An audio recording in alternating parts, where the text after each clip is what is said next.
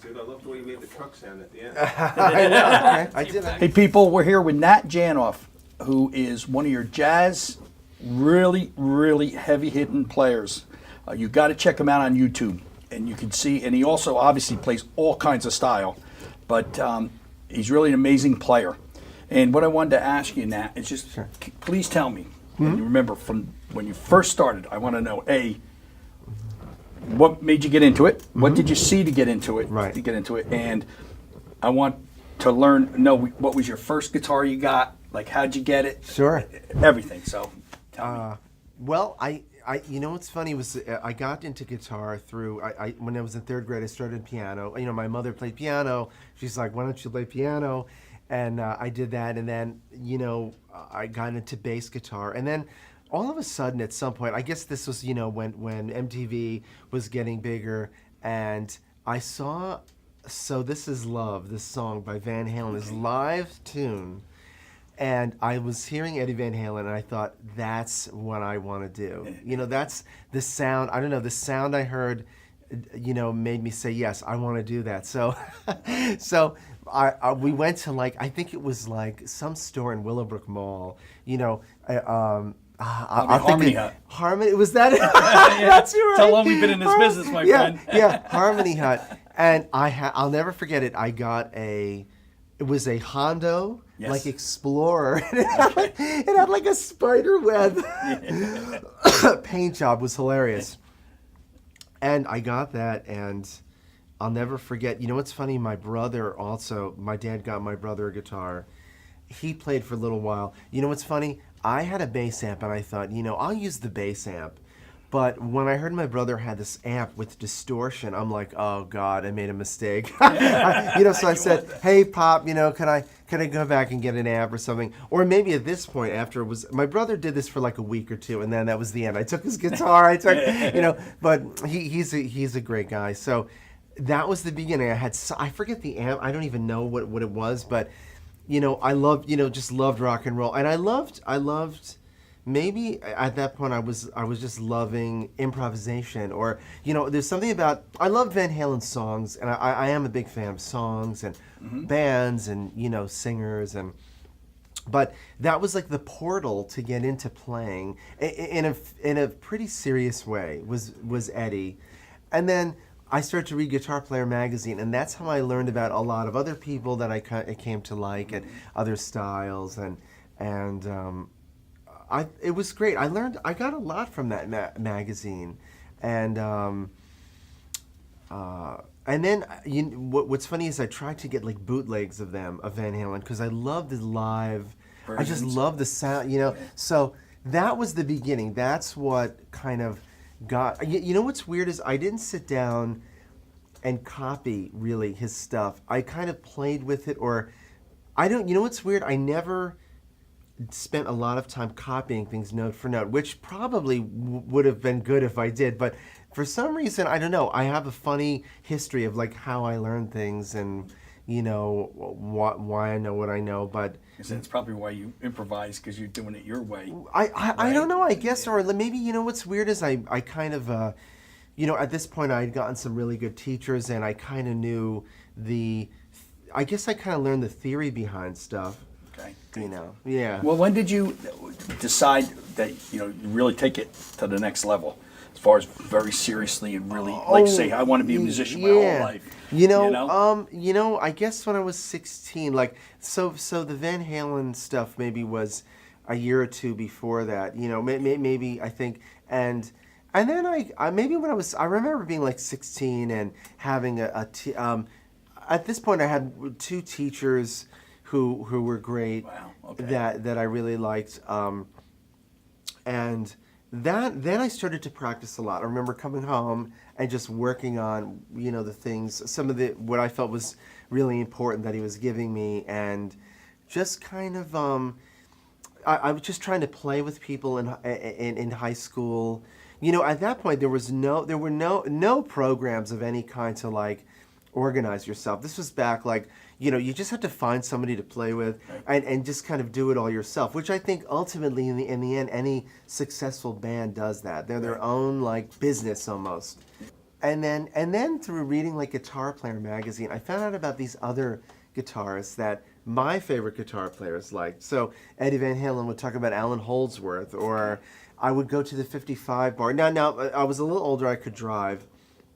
I was 17 or 18, and then at some point I would drive into New York, and I'd heard about this guy Mike Stern. Okay. Mike Stern used to play with Miles Davis, and I would go.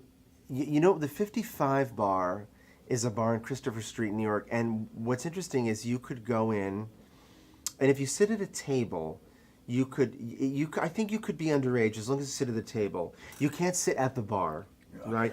And I remember Mike Stern was my gateway into like jazz and jazz rock and just improvising, which, I don't know, I just always loved it. I don't know. So seeing it live kind of sparked you. Seeing it live is amazing. Yeah. I think, it's just it's a great thing. I'm not surprised that people who, if they haven't seen a lot of live music, if they see something really great, they'll react to it. They'll love it. They'll be like, "This is amazing," So. Well, that's what I was going to ask you. Yeah. What would your advice be to people today? Even if, like, just say kids are saying, well, what would be your ideal situation to say, you know what, we need to spark this industry? How do we get, what would kids do today? Like, what would you do in today's, different situation where there's no, not much live music that we had growing up to say that we saw, like my era, the Beatles. Right. You know what I mean? Like, wow, right. that's made me want to grab a guitar. Right. No, What that's do you true. think? What do you?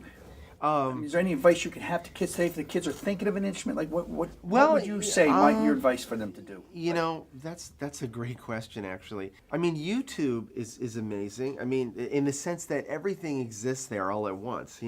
Going to see it live would be great, and if there's some possibility of even checking out other styles like blues, go into New York and try to go into New York and see a blues concert. Traveling to New York is really not that impossible. Yeah. It really isn't. You could Not take a today's bus, world. you could take a cab. You could even like with the internet now, you could look up clubs and who's playing. You can watch them on YouTube. But I just think going to see something would be amazing. There's also great people in New Jersey. I mean, you could look. There's lots of good things happening at Tierney's still, and Montclair has trumpets. Okay. And if you just look on the schedule, just search whoever's playing. Dave Stryker is a great guitar player who has great bands, who plays a lot in New Jersey and all over the world. Between New Jersey and New York, there's still a lot of very good things, a lot of stuff there. because a lot of these shows really are not so expensive. You're not, to see something in some club around here or even in Manhattan, you don't have to spend $100. Right.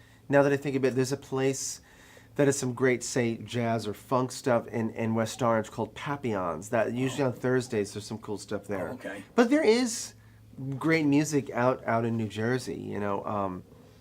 Maybe people have to kind of say, I'm not going to just stay home and look at my computer all night again. Get out and see how people breathe with each other. Yeah, I mean, and I don't work, know. It's just like, I think if they do it, they'll have a lot more fun. They'll say, hey, this was really cool. I'm glad I did this. Yeah. But let me ask you this. Sure. How important is it to study and take lessons, in your opinion?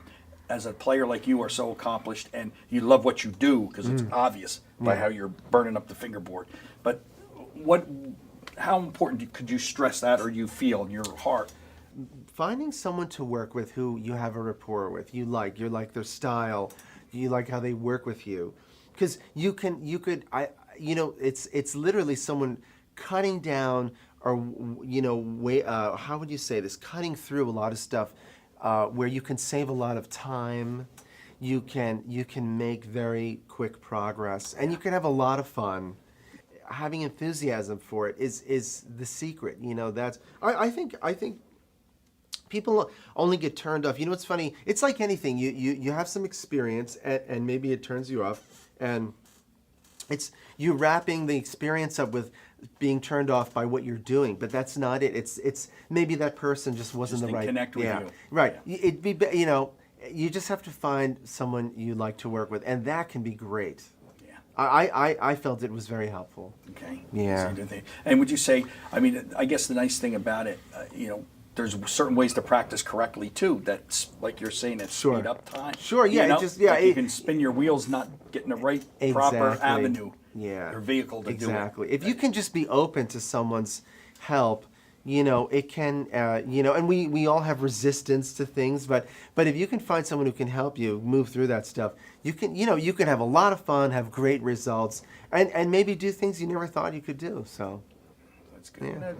You know, close it down now, and I'd like to thank Nat Janoff for being here and talking to us. And you got to see him on YouTube. This man smokes. This is a true testimony to what you put into an instrument, you get out of it, hands down. And thank you guys for listening.